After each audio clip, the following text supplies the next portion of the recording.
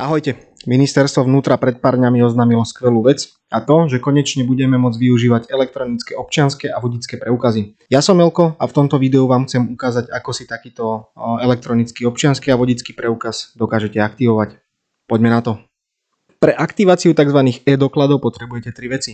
Elektronický občiansky preukaz, druhá vec je poznať k nemu svoj BOK kód, BOK kód, je to kód, ktorý ste si zadávali pri vytváraní toho alebo pri podávaní žiadosti o ten občiansky preukaz, respektíve keď ste sa boli fotiť. A tretia vec je samozrejme mobilný telefón. V telefóne musíte mať nainštalované dve aplikácie, a to je e-identita a e-doklady.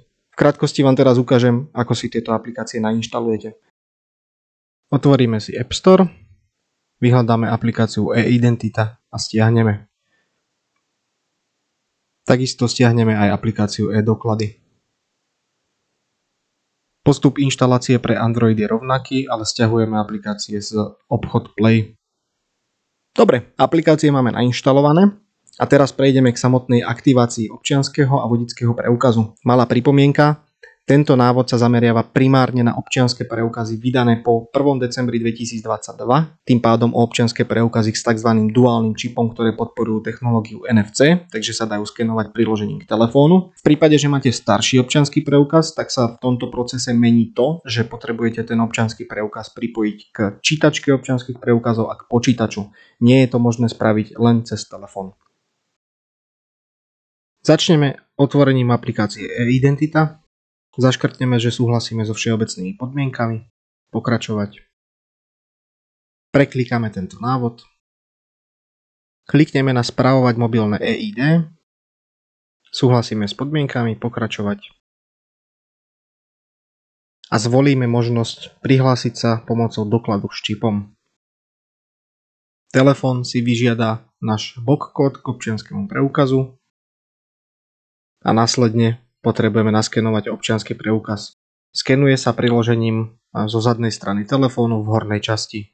Počkáme na samotné naskenovanie. Po naskenovaní sa nás aplikácia spýta, či chceme vytvoriť nový prístupový kľúč. Pre každý telefón si vytvárate nový prístupový kľúč. Zvolíme možnosť áno. Telefón bude vyžadovať overenie cez Face ID alebo otlačok prstov. A potrebujeme vytvoriť názov pre toto zariadenie. Odporúčam si vždy do názvu dopisovať názov telefónu.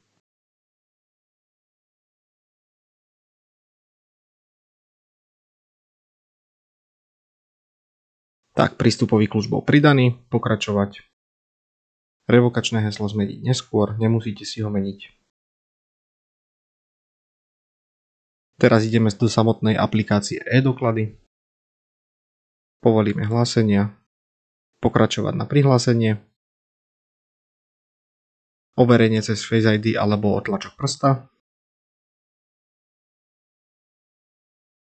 a následne si v hornej časti zakliknete možnosť vygenerovať mobilný občiansky a vodičský preukaz. Ja už mám tieto doklady vygenerované, takže sa mi automaticky zobrazujú.